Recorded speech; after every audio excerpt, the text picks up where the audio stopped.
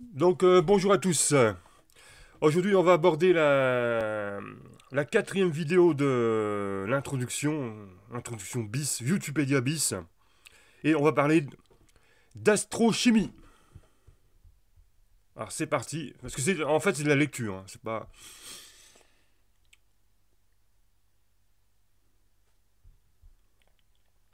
c'est pas autre chose.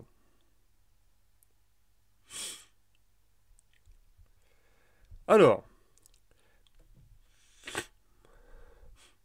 l'astrochimie est l'étude des éléments chimiques détectés dans l'espace lointain, habituellement dans les nuages de gaz moléculaires. Elle étudie aussi leur formation, leur interaction et leur destruction. L'astrochimie est une discipline liée à l'astrophysique, à l'interface entre l'astronomie et la chimie. L'astrochimie, on retrouve l'astronomie et la chimie. Elle permet de caractériser les réactions se produisant dans le milieu interstellaire, en particulier lors des différents stades de la formation d'une étoile. La détection de certaines molécules clés, telles que les acides aminés, pourrait avoir un impact sur notre compréhension de l'origine de la vie sur Terre. Alors, quels sont les moyens de détection? La spectroscopie. À chaque fois, c'est la vieillesse. La spectroscopie est l'outil le plus utilisé pour détecter et caractériser les molécules. Dans les zones froides de l'univers, c'est-à-dire, donc en gros dans les nuages moléculaires par exemple, les raies observées sont dues à des transitions rotationnelles ou vibrationnelles, ce qui nécessite l'observation dans le domaine submillimétrique pour éviter que la poussière et les nuages de gaz ne masquent leur émission. En raison de l'opacité de l'atmosphère à ces longueurs d'onde, les observations au sol ne peuvent se faire que dans une bande de longueur d'onde très étroite. Cette contrainte a été en partie levée par le lancement de télescopes spatiaux tels que Spitzer et Herschel, et puis d'autres. Alors, le mécanisme de formation. Alors, en astrochimie, l'évolution de l'abondance d'une espèce atomique ou moléculaire est décrite par la somme des processus conduisant à sa production et de ceux conduisant à sa destruction.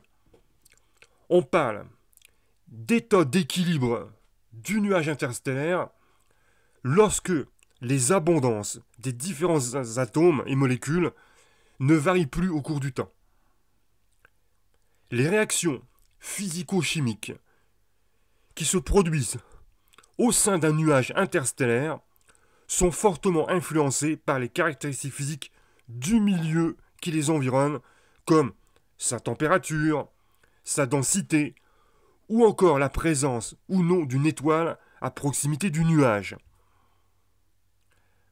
notamment par l'exposition à un flux de photons ultraviolets ou UV.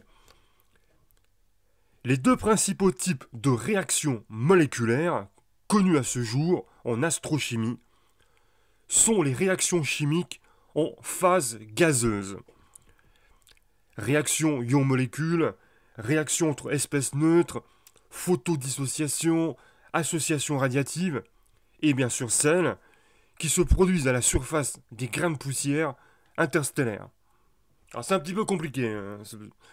Non, ça c'est pour ceux qui ont fait de la chimie ou qui aiment bien ce domaine-là. Alors, nous allons voir les molécules qui ont été détectées à ce jour. Alors, il existe une liste de molécules détectées dans le milieu interstellaire. Donc, on peut aller voir cette liste-là. C'est possible. Alors, environ.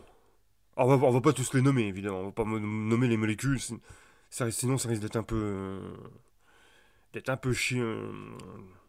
C'est un peu chiant, oui. Il n'y a pas d'autres mots qui me viennent à l'esprit. Alors, environ 200 molécules différentes ont été observées jusqu'à présent dans le milieu interstellaire. La molécule la plus répandue dans l'univers est le H2. Donc H2, deux atomes, je pense, d'hydrogène. Et cette molécule n'a pas de moment dipolaire. C'est pour cette raison qu'elle est difficilement détectable. Alors vous allez me dire, qu'est-ce que c'est qu'un un moment dipolaire? Alors je vais vous dire ça tout de suite, dans quelques instants.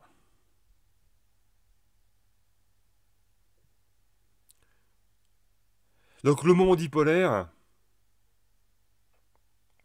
est une grandeur vectorielle qui caractérise l'intensité et l'orientation d'un dipôle. Ah, alors un dipôle c'est quoi? Un dipôle est une chose quelconque, caractérisée par deux extrêmes appelés des pôles, ou par extension quelque chose qui se comporte comme un dipôle constitué de deux pôles. Ah, une pile par exemple, il y a bien deux pôles, il y a un pôle négatif, un pôle plus. Bah, la Terre, il y a bien un pôle nord, pôle sud. Hein. Est-ce que c'est ça? Est-ce qu'on peut dire que la Terre est bipolaire? Dipolaire, je veux dire. Dipolaire. Donc, en tous les cas, le H2 est. Ça, retenez simplement ça, sans entrer dans les détails techniques, que le H2 est difficilement détectable. Voilà.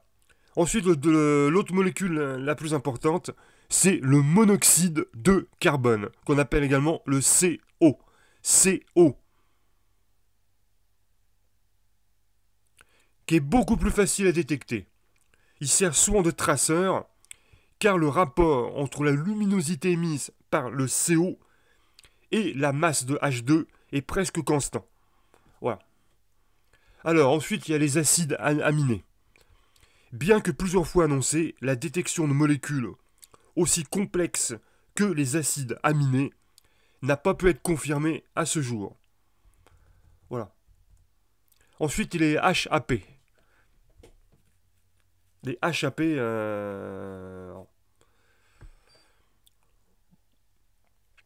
donc les molécules détectées individuellement comptent jusqu'à 12 atomes, mais on soupçonne que les espèces qui émettent des raies dans l'infrarouge moyen sont des HAP, c'est-à-dire des hydrocarbures aromatiques polycycliques, dont un bien connu sur Terre qui s'appelle le coronène.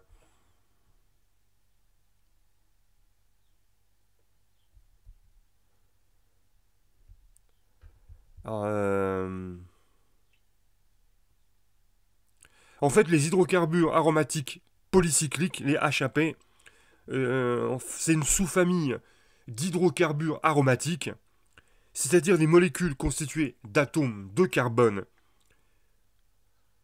et d'hydrogène, mais dont la structure comprend au moins deux cycles aromatiques. Voilà. Et le coronène, qui existe sur Terre, on l'appelle également le superbenzène. Son numéro, enfin son code, c'est le C24H12. Ça veut dire que ça contient 24 atomes de carbone et 12 atomes d'hydrogène. Voilà, le coronène. Évidemment, ce sont les HAP sont des paraffines. Voilà. Aucun HAP n'a pu être identifié individuellement, mais on ne connaît actuellement pas d'autre explication à l'existence de ces raies. Les HAP seraient des molécules énormes dont le nombre d'atomes de carbone est estimé entre 100 et 1000. D'actives recherches sont en cours pour déterminer la façon dont ces molécules se forment et interagissent. Voilà. Donc c'est terminé. C'était assez complexe. Donc les personnes qui s'intéressent peuvent se lancer dans l'astrochimie, mais voilà, faut Il faut avoir une bonne motivation. Et sortir d'un baccalauréat, on va dire, scientifique. Je sais pas comment ça s'appelle maintenant. Je crois que c'est bac S. Ouais, c'est dans ces. Et notamment, évidemment, en chimie, avoir pris une spécialité, si c'est possible, hein, euh, en chimie. Voilà, donc, il ne restera plus que deux vidéos d'introduction générale. Et ensuite, on attaquera le classement des objets célestes de, euh, du système solaire. Par contre, j'ai peut-être perdu mes feuilles. Là, c'est fini la vidéo.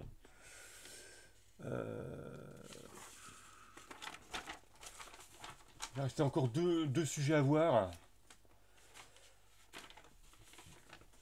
Alors, ça ne doit pas être très loin.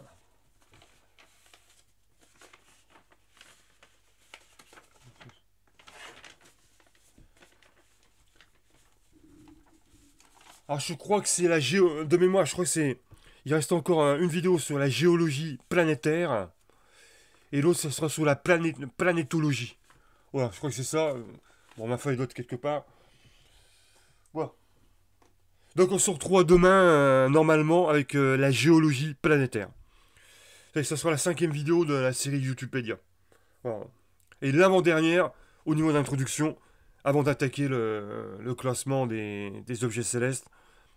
Alors, je rappelle ce que c'est qu'un objet céleste. Hein, c'est les planètes, leurs satellites, les étoiles, les météorites, enfin tout ce genre de choses. Alors évidemment, vous devez bien vous imaginer que les planètes seront assez bien classées dans le classement. Donc il y en aura 52 classés, et ça commencera à partir du 16, du 16 avril. Il y aura pas de vidéo. Il y aura pas de vidéo le 15 avril. Et on déroulera le classement à partir du 16. Allez, je vous laisse. Et amusez-vous bien. Ça aurait été encore une courte vidéo, mais bon, c'était assez technique.